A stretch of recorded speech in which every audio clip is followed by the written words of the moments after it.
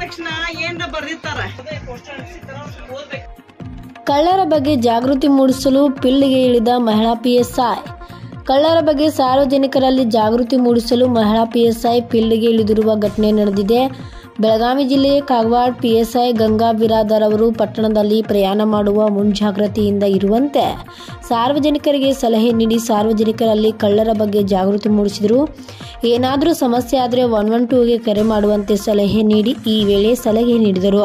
ವರದಿಗಾರರು Vittal Bhajantri, UK first news, Belagavi.